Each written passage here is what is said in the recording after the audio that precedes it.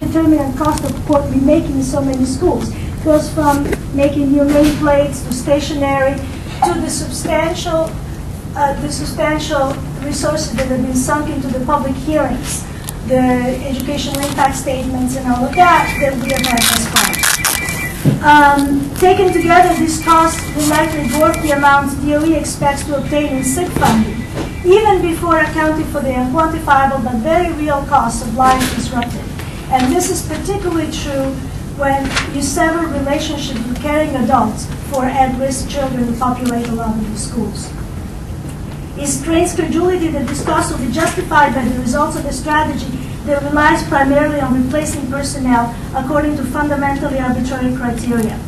For example, replacing principals who have been in the school for more than 3 years might get rid of deadwood, but it will also get rid of very capable principals, very capable and respected principals, which is exactly what happened with August Martin High School, whose principal was forced to resign even in advance of the PEP vote that would put the school into turnaround.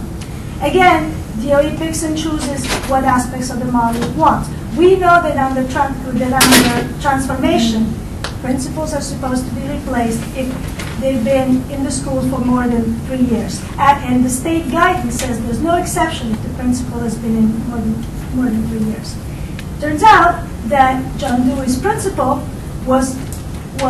remained in the school when the school was put in transformation, but he's being suddenly yanked in the middle of the school year now that the school is being put into turnaround. In fact, nothing in the model would prevent DOE from improving schools by simply moving around ineffective principals every couple of years. It also strains credulity that the new schools will be radically transformed by the sudden jolt of changing 50% of the teachers. Now, we hear all sorts of figures. The DOE says, well, it may not be 50%. That's what the federal model said. You cannot rehire more than 50% of the teachers. Again, you can follow the model. They can say, but they cannot pick and choose. Even conceding that what the schools lack is effective teachers, DOE has not demonstrated that the new teachers will be up to the task. Basically, what they are claiming is that by going through the 18D process, they will just get new and wonderful teachers. But for one, they're also recruiting from Teach for America and other pools of bright and enthusiastic people who might be great teachers someday, but they are not going to be great teachers on September 1st, which is what DOE is promising. They cannot be because they've never taught. And secondly, it is likely that whether to avoid spending millions in ATRs or simply because there are not enough of these wonderful teachers just wandering the streets hoping to be hired by a so-called failing school, DOE will actually have to put the very same teachers who, quote, are responsible for the failure of the school into other turnaround schools. And in fact, that is what Ms. Gorman stated, that yes, they will be shifting some teachers around, but they will be a better fit. And this is what will benefit the children, supposedly. As evidence, Ms. Gorman cited the MDRC study, which found higher graduation rates and other positive outcomes in 105 small schools created under the Bloomberg administration to replace large failing schools. These teachers were hired under the 18D process. However, cherry picking a single common element, staff hired through the 18D process, does not make the two situations even remotely comparable. In fact, what we learned from the school meetings, the town halls, and the joint public hearings is that DOE's latest effort for school reform is not a carefully planned program designed to address specific problems or shortcomings in the previous reform efforts. Rather, it is an arbitrary and capricious change of direction. How little deliberation went into this plan was revealed when DOE yanked 7 schools from the turnaround list, explaining that, quote, close evaluation, including visits by leadership teams, had convinced them that the schools could improve because they got A's and B's on the progress reports. One wonders why that evaluation was not carried out before the schools were put on the list, because the progress reports came out in mid-November, and DOE had the data, the underlying data, well before that. An honest close evaluation might have revealed what common sense and history teaches us. The schools adequately supported and not burdened with the unrealistic expectations can thrive. Instead, what we have seen is a parade of mistakes and decisions by DOE that ultimately sink our schools, but for which DOE refuses to take responsibility. For example, one of the schools on the list, Bushwick Community High School, is a transfer school that should not have been under PLS because it accepts overage undercredited students, even 17-year-olds without any credits. For these students, it is mathematically impossible to graduate on time. Now, apparently, the accountability system is being revised, but it is too late for Bushwick Community High School, which will be closed. Other schools have complained of poor leadership, including Automotive High School, which has gone through 3 principals and 6 English APs and 1 coordinator in 4 years. Let's not forget Lehman High School, whose former principal was kept on by DOE for years in spite of mounting evidence of corruption. And all schools, of course, complain about program and staff cuts. Everything from theater and dance programs at Dewey to the lack of dedicated math and English APs at Graphic Communication Arts. The list is simply too long for the time available, but its elements are well known to people who actually deal with the schools. What isn't always well understood, however, the 2 most potent weapons in the sinking of the large comprehensive high school. Not only overcrowding that we've talked a lot about, but also students who didn't choose the school and were not chosen by it. The latter is a special problem for CPU schools. In one school on the turnaround list that I will not name, nearly 50% of the entering classes reportedly fallen into this category in recent years. Overcrowding is a chronic problem in some large high schools, and in recent years, overcrowding combined with a large influx of students assigned by DOE in violation of purported admission criteria and the mantra of meaningful choice has compromised many schools, including schools with formerly stellar reputations such as Bayside and Francis Lewis. In fact, DOE has stood by and let the school flounder or is arguably engineered their demise. As applied to 26 schools, the majority of which are large comprehensive high schools, turnaround is a daft idea, the very antithesis of a plan, born of the mayor's fit of pique with a teachers' union, for which thousands of New York City school children should not be advised. Thank you. Thank you. Good afternoon, members of the Assembly and Chairperson Nolan. I'm going to try not to allow my nerves and emotions overtake me, so please forgive me. Please, we want everyone to feel comfortable. Our hearings, it's always a privilege to have advocates, and we have some questions for you, but just relax, and we're glad you're here. Thank you. My name is Natasha Capers. I am a member of the Coalition for Educational Justice, but I am here representing my school, PSIS 298, where I am the Parent Association Vice President and SOT Chairperson in District 23. 85 Watkins, PSIS 298, the Betty Shabazz School of Performing Arts. What name is that? Brownsville, Brooklyn, District 23. Not too far from like Linden Boulevard? No, it's not too far at all.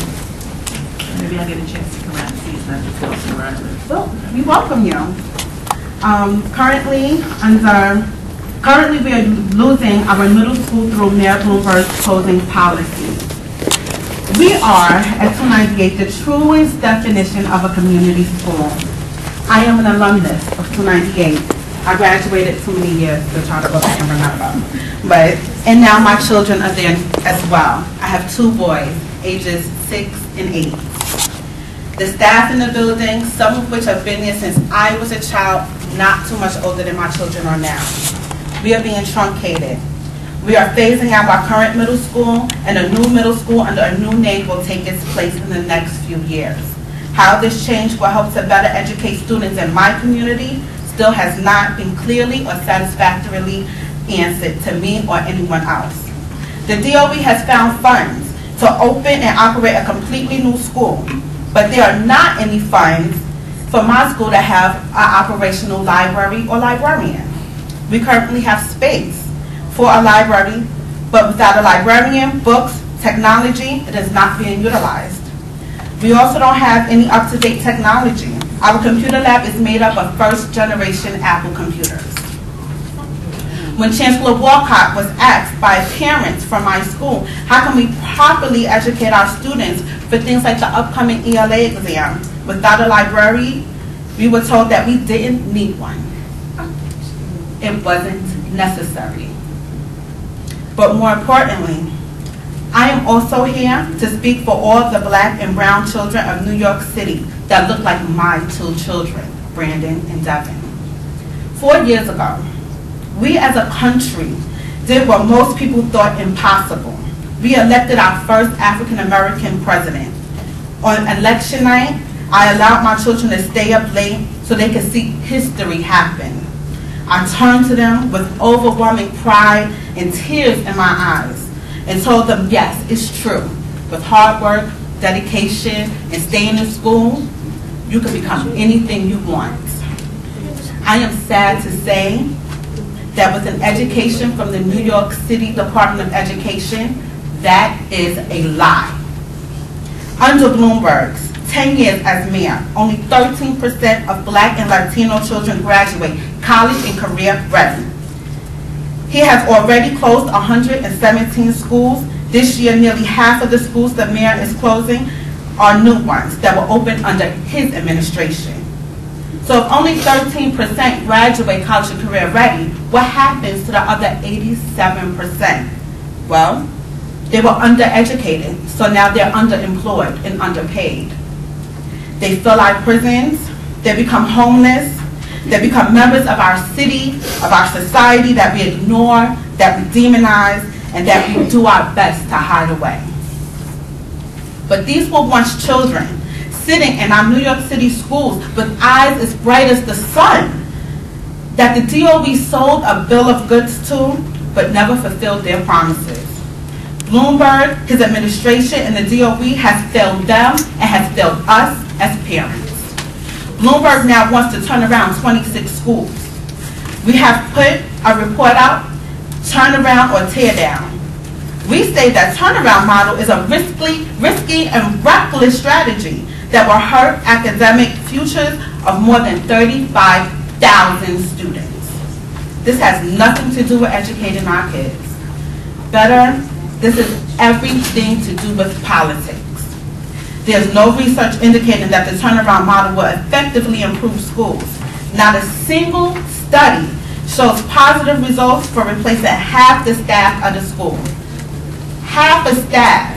I'm sorry, I'm going off script because I'm a community school, like I said, and our school is a family. We go from pre-K to 8 currently. You replace half of our staff, you replace half of our family. I dare you to tear away half of your aunts and uncles out of your family and replace them with new ones. I dare you to replace your mother or your father or your children with new members and say that everything is going to be okay. It won't. It will cost the city over $60 million to replace the necessary staff at these schools. These funds would much be better spent improving research-based improvement strategies. Many of the schools on the list do not meet the profile of failure. Among the 26 schools, 10 improved faster than the 2000 to 2010 on their 4-year Regents graduation rates than the city average. 4 improved faster on their 6-year graduation rates than the city average, and 4 received a proficient rating on their most recent quality review reports. Our message is clear. Our students and parents, from our students and parents, we are very clear in saying, fix our schools. Don't just shut them down, don't close them, don't remodel them, don't reform them, don't change the name, don't tear away our hearts, don't demolish our communities. Fix the schools. Thank you. Thank you very much. Some people came in, I'm just curious, did they come in to support you? Are they with you, or is this a different group? These are students from schools all around New York City that are either being closed down, truncated, phased out, or are currently on the turnaround model. And she is wanting to speak now. First, I want to welcome the students who are here. Now, hopefully we'll have a minute or two at the end of the hearing just to get to know all of you and find out where you're from. I started as a student activist. This is how I got my start, guys, so you got to keep at it, and hopefully you're all future assemblymen and women, and maybe better than that, right, down in the Congress or maybe in the City Council and some of the other things. So we're really welcoming you here. I'm really glad that you're here. Yes, you're not on our list, but we would love to have you say a word, of course. Just give your name, since I had the chance to meet you last week. My name is Dana Rodriguez. Good afternoon, members of the Education Committee of the Assembly, Chairwoman Assembly Member Kathy Nolan, honorable guests, ladies and gentlemen, parents, students, etc. My name is Dana Rodriguez. I'm senior president of my class at Grover Cleveland High School. The chancellor, in his wisdom, decided to take 7 schools off the closing list a few weeks ago. We commend the mayor for seeing the light and taking these schools off. But my school, Grover Cleveland High School, is still on his hit list, and we demand to know why. I think we're all reasonable people here. Would anybody like to explain this rationale to us? Grover Cleveland High School just got a new principal, Ms. Vitor, a very successful principal, whom has earned the distinction of taking Queens Vocational High School off the PLA list. Not because of politics or because of playing with students' lives, but by hard work and academic achievement. We are proud to have Ms. Vitor as our principal because she is successful at making the tough decisions that will get Grover Cleveland High School off the closing list. But the DOE pulled the rug from under our feet. The chancellor earlier this year visited our school and was amazed and shocked to see that learning was actually going on in Cleveland. And he made the statement that he was misled, and I quote, that we are a great school and that he'd be there to support us and give us all the assistance we need to take Grover Cleveland High School off the list.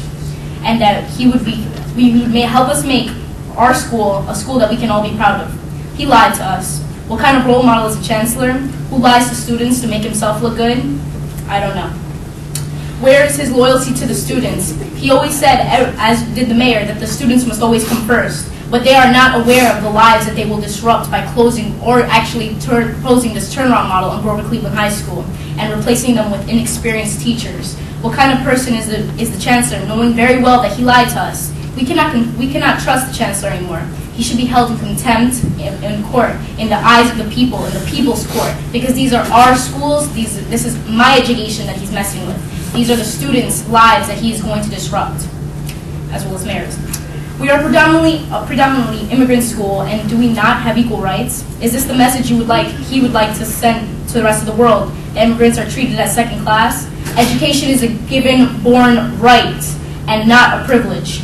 All of us earn that right, regardless of where we are from. This country was built on an immigrant population. We are a part of that immigrant population. What I would like to stress is that this model that he proposes, the turnaround model, states that he would get rid of 50% of the staff. That will greatly affect my students. I want to know how will that even benefit my students. We're a roughly large school of roughly about 2,300 students. 26% of that population are ESL students. Now, where in this model does Mayor Bloomberg plan on benefiting those students? It will be like I'm sorry, your name is Caper. Ms. Caper said before that they will just be dismissed as the lowlives of the city. We cannot have that. Like she said before, this turnaround model has never been experienced before, has never been experimented before. No study has shown, no research has shown that it would be a positive effect. So right now, our education is at a risk. He's risking our education. Our education is a natural-born right that he is demeaning us of. Again, I would like to stress the 50% of staff. A lot of people are saying that, oh, well, they will be replaced with new teachers, but these are inexperienced teachers. This isn't even a game of education anymore. This is politics. It's all about political power now. Mayor Bloomberg just wants to get rid of our teachers. But we have teachers that have been working there for 20, 30, some even 40 years that even Kathy Nolan has had. Mr. Galera. He's been teaching there for over 40 years. She said even Kathy Nolan, so long. No, not even. I'm sorry. It's inconceivable that someone who taught me is still teaching. It's okay. But teachers have been teaching them. It shows that they're dedicated, and for what reason? For what reason does Mayor Bloomberg have to come into our school and just automatically dismiss 50% of the staff? He has no right to. He does not know how our system how we work. He doesn't know how our family works. He doesn't know how we work. So, again, my name is Diana Rodriguez. I'm senior president of my school. Thank you very much. We're glad we were able to have you come and address us. Where do you live, by the way? Do you live in Richmond? Yeah, like more of the Glendale side. 71st. See, that's they pull that up in Glendale. Where do you live? 71st, Myrtle. Oh, all right, not far away, not far away. You might be in Mr. Miller's district. I have to let him know that so that he's prepared. I really want to thank you because, I really see, of course, I was very like that. I guess we just have feisty women in Richmond. We speak up for our community. I'm very, very proud. Yes, very, very proud. Yeah, by there. That's right. very, very proud that you came today. Very, very proud. I want to just go back to some of the earlier testimonies, and then we're going to have a question or two. We have a next panel too. But Laney, I wanted to just about the class size issue. We will follow. No, stay. We will follow up with the issue of the other states, because as you heard earlier, there was some dismissal of the issue of small class size by the education bureaucracies as not being an effective strategy. And we go back and forth on this. We all agree that the city has much larger class sizes than the rest of the state, and what's good enough for everyone else should be good enough for us. So I particularly appreciate you bringing up the issue of the other states, and we will follow up on that. I'd just like to make one comment. The example that the commissioner and I believe Chancellor Walcott also used repeatedly of a school that really served its high needs population well was the school that Shale Saransky was principal of, and that school had very small class sizes. So they cannot really afford or provide an example of a school which has succeeded with high needs students that have large classes. It just doesn't exist. Our most selective schools do a good job given very high achieving kids who are going to succeed, schools like Stuyvesant and Brooklyn Tech, and we all know those examples. But given the high challenges of the special ed population, the ELL population, kids who are 1 or 2 grades behind when they get to high school, there is no way these kids can be properly served in classes of 28, 30 or more. I challenge anybody to come up with a counterexample. And the one successful turnaround model or experience we've had in New York City did not happen under this administration. It happened with the Chancellor's District, where they did use AT&T, and in all cases they reduced class sizes to very low levels in those schools, and more than half of them came off the failing list as a result. And other things happened, like there was a much lower referral rate to special education in those schools because the kids could be properly included in the regular classroom and have their needs met. That's another one of the goals of this administration, to do more inclusion. Right now we're hearing that schools are going to be forced to include as many special ed kids in regular classrooms as possible, which I think is a great goal, if you could also give them small classes. They will not be able to succeed in the large class sizes that we have throughout the city. Thank you. And I just wanted to ask our high school, this is our first time that you're with us, and tell us a little bit about where you're active as a parent of a high school student, where do you live, and what? I'm actually the public advocate's appointee, so I do not, my son went through New York City public schools. He went to 321, then middle school 51 in Brooklyn, and then Stuyvesant High School. And I was active. We really appreciate you. I know that you had the opportunity to work with Dimitro Fetkowski, our the Queen's pet person, and he thinks very highly of you. I think this may be my own son, but let me just, he's a latchkey child, so that's it goes well. I was struck, and I realized this may have been a mistake on our committee's part. We didn't ask them to send Elaine Gorman with them, who's apparently the director of this turnaround model. And I appreciated your referencing that. I know she spoke in Brooklyn, and she was at something in Ridgewood. I was not at it. It was a day I was in Albany, but I think we're probably going to do some follow-up. So if you want to work with our staff about what would be some appropriate questions. I understand in Ridgewood she left the meeting very abruptly in a sort of an angry fashion, so it's not having a lot of dialogue there. So I'd be happy to follow up. We should have probably asked for them to bring her here, but if we do some additional follow-up, we will do that. Is she in charge of all 26 schools? Is that the idea? Yes, she is. She is in charge of the turnaround model. I think, to be fair, when I ask her a question, I understand that she doesn't, the answer is often filtered through other channels. For example, when I was asking her questions about the replacement 50% of the staff, it took a long time for her to come up with the answer that, well, maybe we want, and maybe, it will be the old teachers, some of the old teachers will be a better fit in the new schools and all that. So I can see behind their DOE legal. So I don't know how much in charge she is, but she's the public face. This turnaround model, she goes explaining it in various places, and that's where I get my facts, including what I say. Thank you. Well, thank you, and please give Public Advocate de Blasio our best regards. We appreciate such a worthy appointee, and actively look forward to working with you more. And then I want to say on this campus, I hope to get out there. It's right near. I'll find out who the local representative is, and I really appreciate you coming, and I'm very touched that your own sons are going there. It's very important. And There is someone here, representative from Mayor Bloomberg's office, so I'm sure they're taking down everything, and we'll get back to you with a couple. And I'm sorry that the Chancellor and... There's at least 2 Bloombergs. All right, well, but I'm sorry that the Chancellor and the Commissioner King didn't get to hear your statement, but we will make sure, in other words, this goes up online and everyone will see it, and the same thing with Ms. Rodriguez and Diana Rodriguez, we'll make sure that people see it, and you know, I really want to wish you all well, because it's very hard to be an advocate, and for the young people, particularly the young men who came, you know, my own son has no more patience for politics because he has a mother that's so involved, but it's very important that you stay involved, and we're really glad that you're here. I didn't make my comments, but no, I don't have anything. Thank you. May I appreciate your, I'm sorry, may I, real quickly?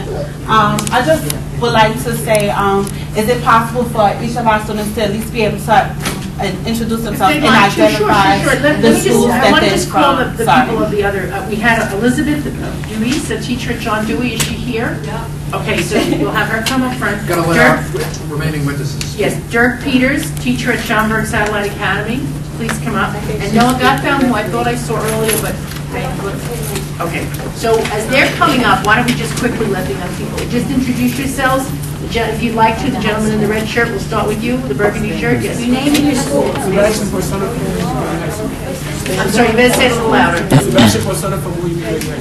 Okay. Right. Yeah, I'm Nate Polite. I'm an Oprente scholar. Okay. My name is Marcos Gonzalez. I'm also an Oprente scholar. Dexter Ambrose. I'm from Automotive High School.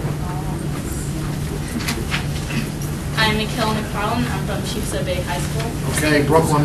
Yes, Mr. Brett is happy. I'm Calvin Heiberg from Beverly Stephen High School. Up the Bronx is happy I'm too. Mubarak Mughis from Beverly Stephen High School. Okay. Mrs. Benedetto spoke about it. Anybody else? Yes. I'm Diana Rodriguez, senior president of Cleveland High School. Kelly, she's future assemblywoman written all over, yeah. I'm senior from Cleveland High School. Thank you. That's right. You spoke at the hearing too. What we'll do is we'll make sure that David or we're finishing up, so thank you, Barbara. You know, we had a lot of colleagues here, especially for a vacation. But I want to ask David, David from all of this is going to get everybody. Got one more, Kathy. Oh, one more, yes. Photographer. I'm Justin Watson from Legacy School for Integrated Studies. Wonderful, thank you. And then anyone else from?